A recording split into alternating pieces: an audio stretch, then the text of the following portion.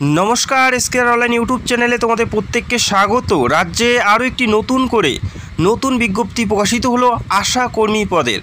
যারা দীর্ঘদিন থেকে আশা কর্মী পদের জন্য ওয়েট করে আছো, আশা করি এই বছরই তোমাদের স্বপ্ন পূরণ হতে যাচ্ছে। ম্যাক্সিমাম সংখ্যায় রাজ্যের প্রত্যেকটা জেলা থেকে আশা কর্মী নিয়োগ করা হচ্ছে।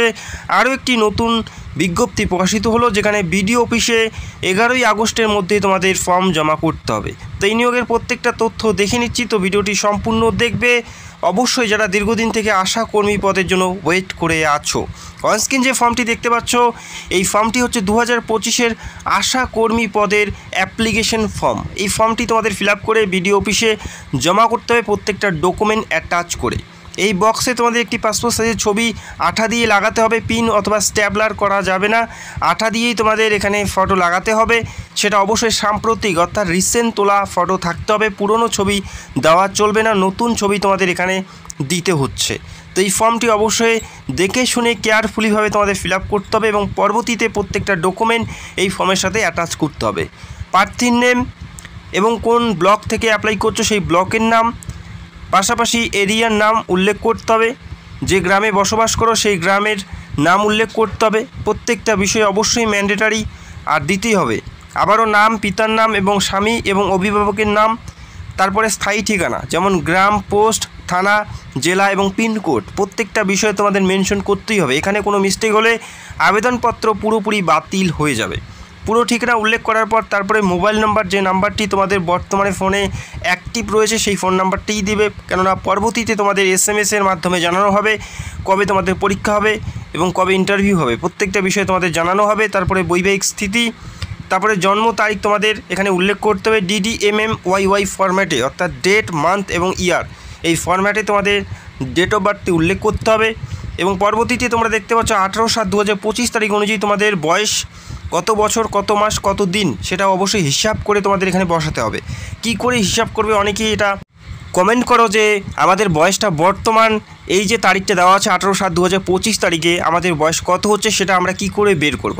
ধরো কারো জন্মসাল 16/6/1993, ধরো কারো ডেট অফ বার্থ 16/6/1993, তাহলে 18/7/2025 তারিখে তার বয়স কত হচ্ছে সেভাবেই তোমাদের বের করতে হবে।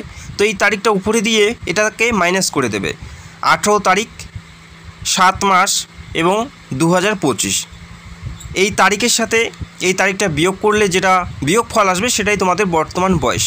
তো আমি এখান থেকে বাদ দিয়ে দিচ্ছি। দেখো এখানে 3 থেকে 5 বিয়োগ করলে 2 হচ্ছে এবং এখানে তারপরে উপরে 2 এবং নিচে 9, তো 9 থেকে উপরটাকে 12 ধরে নিচ্ছি, 32 হচ্ছে।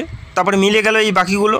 তারপরে 7 থেকে 6 গেলে 1 মাস এবং 18 থেকে 16 গেলে 2 দিন, অর্থাৎ 32 বছর 1 মাস 2 দিন। তো এটা উল্লেখ করতে হবে 32 বছর 1 মাস এবং 2 দিন, এভাবেই তোমাদের যে বয়সটা সেভাবেই নির্ণয় করতে হবে। এখানে মিস্টেক করলে চলবে না, আবেদনপত্র পুরোপুরি বাতিল হয়ে যাবে। তো কেয়ারফুলিভাবে ভালো করে দেখে শুনে ফিল আপ করবে।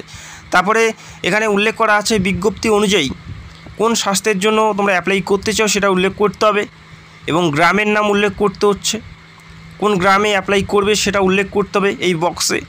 এই ফর্মের লিঙ্ক তোমরা ভিডিওর নিচে পেয়ে যাবে, সেখান থেকে সরাসরি তোমরা ফর্মটি ডাউনলোড করে ফিল আপ করতে পারো। তো প্রথমে ডাউনলোড করতে হবে, প্রিন্ট আউট করে তারপরে তোমাদের ফর্মটি ফিল আপ করতে হবে। এরপরে দেখতে পাচ্ছ শিক্ষাগত যোগ্যতার প্রত্যেকটা ডিটেলস এখানে উল্লেখ করতে হবে। শিক্ষাগত যোগ্যতা মাধ্যমিক পাস, তারপরে কোন বোর্ড থেকে মাধ্যমিক পাস করেছো সেটা উল্লেখ করতে হবে এবং কত সালে পাস করেছো এবং মাধ্যমিকে প্রাপ্ত নাম্বার কত এবং পার্সেন্টেজ কত, এই বিষয়গুলো এখানে তোমাদের মেনশন করতে হবে। তো আশা করি বুঝতে পারলে।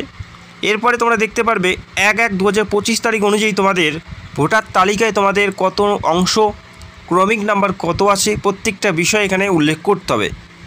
1/1/2025 তারিখ অনুযায়ী ভোটার লিস্টের অংশ নাম্বার এবং ক্রমিক নাম্বার অবশ্যই তোমাদের এখানে দিতেই হবে, সেটা অবশ্যই একবার দেখে নেবে ভোটার লিস্টটি, ঠিক আছে। রিসেন্ট যে ভোটার লিস্ট সেটাই তোমরা চেক করে নেবে। তারপরে আধার কার্ড নাম্বার, নিচে দেখতে পাচ্ছ আধার কার্ড নাম্বার, তারপরে রেশন কার্ড নাম্বার, যদি কোনো কাস্ট থেকে বিলং করো SC ST সেক্ষেত্রে তোমাদের এখানে উল্লেখ করতে হবে এবং যারা স্বনির্ভর গোষ্ঠী থেকে অ্যাপ্লাই করবে তাদের এখানে উল্লেখ করতে হবে এবং যারা স্বনির্ভর গোষ্ঠীর প্রার্থী নয় তাদের এখানে কিছু করার প্রয়োজন থাকছে না। তারপরে এখানে টিক মার্ক করে দেবে, তারপরে স্থান এবং তারিখ উল্লেখ করতে হবে এবং তারপরে তোমাদের যে সই, সিগনেচার, পুরো সইটি করতে হচ্ছে। তারপরে এই ফর্মের সাথে প্রত্যেকটা ডকুমেন্ট অ্যাটাচ করতে হবে। আমি একটু পরে তোমাদের জানাচ্ছি কী কী ডকুমেন্টস তোমাদের অ্যাটাচ করতে হবে। তারপরে নির্দিষ্ট ঠিকানায় গিয়ে তোমাদের জমা করতে হবে। এখানে আর কি উল্লেখ করা আছে সেই বিষয়গুলো দেখে নিচ্ছি।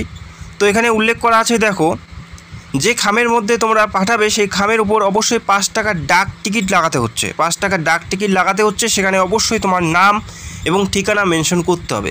5 টাকার ডাক টিকিট, তোমার নাম এবং ঠিকানা অবশ্যই উল্লেখ করতে হবে যে খামের মধ্যে পাঠাবে। আর সেই খামের ভিতরে তোমাদের ফর্ম এবং তোমাদের প্রত্যেকটা ডকুমেন্ট অ্যাটাচ করতে হবে। বোঝা গেল? এই বিষয়গুলো দেখে নেবে। আর কি বলা আছে, যারা SC ST প্রার্থী যারা অ্যাপ্লাই করতে চাও অবশ্যই তোমাদের কাস্ট সার্টিফিকেট এই ফর্মের সাথে জমা করতে হবে। যারা SC ST নও তাদের প্রয়োজন থাকছে না, যারা SC ST তাদের ক্ষেত্রেই প্রয়োজন থাকবে।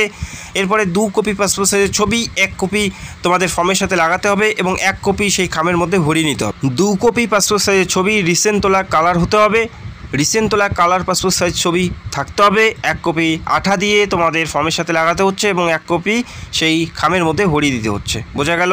তারপরে মাধ্যমিকের যে অ্যাডমিট কার্ড সেটা জেরক্স করে দিতে হবে। পাশাপাশি মাধ্যমিকের মার্কশিট এবং তোমাদের মাধ্যমিকের যে পাস সার্টিফিকেট সেটাও তোমাদের দিতে হচ্ছে। তারপরে ভোটার 2025-এর ভোটার তালিকা অনুযায়ী তোমাদের যে প্রত্যেকটা বিষয়ে ক্রমিক নাম্বার এবং অংশ নাম্বার সেটাও তোমাদের জমা করতে হবে। পাশাপাশি ভোটার কার্ড, রেশন কার্ড দিতে হচ্ছে। এবং যারা স্বনির্ভর গোষ্ঠী থেকে অ্যাপ্লাই করবে তাদের যেই স্বনির্ভর গোষ্ঠীর যে প্রমাণপত্র সেটা কিন্তু তোমাদের জমা করতে হবে এই ফর্মের সাথে, যারা স্বনির্ভর গোষ্ঠী থেকে অ্যাপ্লাই করবে তাদের ক্ষেত্রে। 6/8/2025 তারিখের মধ্যে আবেদনটি পুরোপুরি সম্পূর্ণ করতে হবে। 6/8/2025 তারিখের মধ্যেই তোমাদের অ্যাপ্লিকেশন জমা করতে হবে। আর সেটা অবশ্যই ইমেলের মাধ্যমে অথবা ডাকযোগের মাধ্যমে তোমরা পাঠাতে পারবে না, তোমাদের সরাসরি বাই হ্যান্ড গিয়ে জমা করতে হচ্ছে। তোমরা বাই পোস্টের মাধ্যমে আবেদনপত্র জমা করতে পারছো না, বাই হ্যান্ড গিয়ে তোমাদের সেই নির্দিষ্ট ঠিকানায় জমা করতে হবে 6/8/2025 তারিখের মধ্যে। তো যারা অ্যাপ্লাই করতে চাও অতি সত্বর করতে পারো। আবেদন করার জন্য তোমাদের শিক্ষাগত যোগ্যতা মাধ্যমিক পাস থাকতে হচ্ছে, কোনো পার্সেন্টেজের ব্যাপার নেই। সিম্পল মাধ্যমিক পাস প্রার্থী প্রত্যেকে অ্যাপ্লাই করতে পারো। তবে যারা উচ্চ মাধ্যমিক এবং গ্র্যাজুয়েশন করেছো তোমরাও অ্যাপ্লাই করতে পারো, তবে তোমরা এক্সট্রা করে কোনো ছাড় পাবে না। অ্যাজ এ মাধ্যমিক পাস হিসেবে যেটা সুযোগ সুবিধা সবার জন্য আছে সবার জন্যই সেম থাকবে। এমন নয় যে উচ্চ মাধ্যমিক পাশে অ্যাপ্লাই করলে তোমরা এক্সট্রা কোনো ছাড় পাবে, তেমন কোনো ব্যাপার কিন্তু নেই। বোঝা গেল? আর অবশ্যই সংশ্লিষ্ট গ্রামের স্থায়ী বাসিন্দা থাকতে হবে এখানে অ্যাপ্লাই করার জন্য, অর্থাৎ অন্য কোনো জেলাতে তোমরা অ্যাপ্লাই করতে পারছো না। যে গ্রামে বসবাস করো সেই গ্রামেই তোমরা অ্যাপ্লাই করতে পারবে। এখানে শুধুমাত্র বিবাহিতা মহিলারাই অ্যাপ্লাই করতে পারছে, এখানে আনমেরিড কোনো মহিলা অ্যাপ্লাই করতে পারবে না। যারা আইনগত বিবাহ বিচ্ছিন্না তারাও অ্যাপ্লাই করতে পারে এবং যারা বিধবা তারাও অ্যাপ্লাই করতে পারে। তো যারা আনমেরিড তারা কিন্তু এখানে অ্যাপ্লাই করতে পারছে না, মনে রাখবে। এটা আশাকর্মী পদে নিয়োগ করা হচ্ছে, সেক্ষেত্রে বিবাহিত হতে হবে। ICDS প্রত্যেকে অ্যাপ্লাই করতে পারো, তবে আশাকর্মী পদে অ্যাপ্লাই করতে পারবে না। বয়স থাকতে হচ্ছে 22 থেকে 40-এর মধ্যে যারা SC ST প্রার্থী, এবং জেনারেল হলে 18 থেকে 40-এর মধ্যে তোমাদের বয়সটি থাকতে হবে এখানে অ্যাপ্লাই করার জন্য। বোঝা গেল? কোনো পরীক্ষা দিতে হবে না, কোনো পরীক্ষা দিতে হচ্ছে না, ইন্টারভিউ বেসে নিয়োগ করা হচ্ছে এবং পরবর্তীতে যে নাম্বার দিয়ে অ্যাপ্লাই করবে সেই নাম্বারে SMS-এর মাধ্যমে তোমাদের ইন্টারভিউ তারিখ, স্থান প্রত্যেকটা বিষয় তোমাদের জানানো হবে। এই নিয়োগটি বর্তমানে নদিয়া জেলার হাঁসখালি ব্লক থেকে করা হচ্ছে। হাঁসখালি ব্লকে যে সমস্ত গ্রামগুলো আছে সেই সমস্ত গ্রাম থেকে নিয়োগ করা হচ্ছে। যারা নদিয়া জেলার হাঁসখালি থেকে বিলং করো তোমরা প্রত্যেকে অ্যাপ্লাই করতে পারো, লিঙ্ক ভিডিওর নিচে পেয়ে যাবে। সেখান থেকে সরাসরি ফর্মটি ডাউনলোড করে প্রিন্ট আউট করে ফিল আপ করে বিডিও অফিসে জমা করতে পারো। যদি তোমাদের কোনো প্রশ্ন থাকে সেটা কমেন্ট করতে পারবে এবং খুব তাড়াতাড়ি রাজ্যের আরও বেশ কিছু জেলার বেশ কিছু ব্লকে আশাকর্মী নিয়োগের বিজ্ঞপ্তি দেখতে পারবে। সেক্ষেত্রে অবশ্যই জেলার নামগুলো কমেন্ট করবে এবং চ্যানেলে নতুন হলে চ্যানেলটাকে সাবস্ক্রাইব করবে। তো ভিডিওটি দেখার জন্য অসংখ্য ধন্যবাদ। Thank you so much.